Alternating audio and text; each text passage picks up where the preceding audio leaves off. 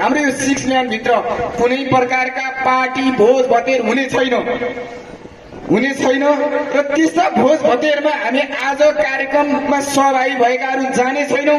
त्यसरी राख्दै गर्दा फेरि प्रहरीले नगर प्रहरीले त्यसलाई उठाउनेछ। यो कुराहरू पनि मैले तपाईहरुको बीचमा राख्न चाहे।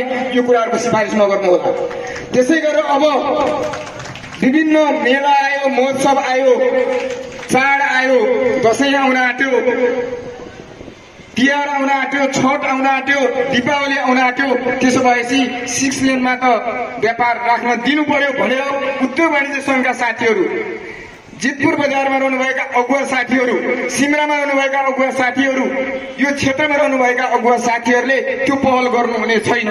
त्यो कुराहरू भन्नुहुने छैन। त्यो नियम उल्लङ्घनको लागि चाहिँ तपाईहरुको चाहिँ अभिव्यक्तिहरू र सघाउहरू आउने छैन। यो खालको कमिटमेन्ट आज यो मञ्चबाट जितपुर सिमरा महानगरपालिका लगायत यो क्षेत्रमा रहेका सबैले गर्न पनि जरुरी छ।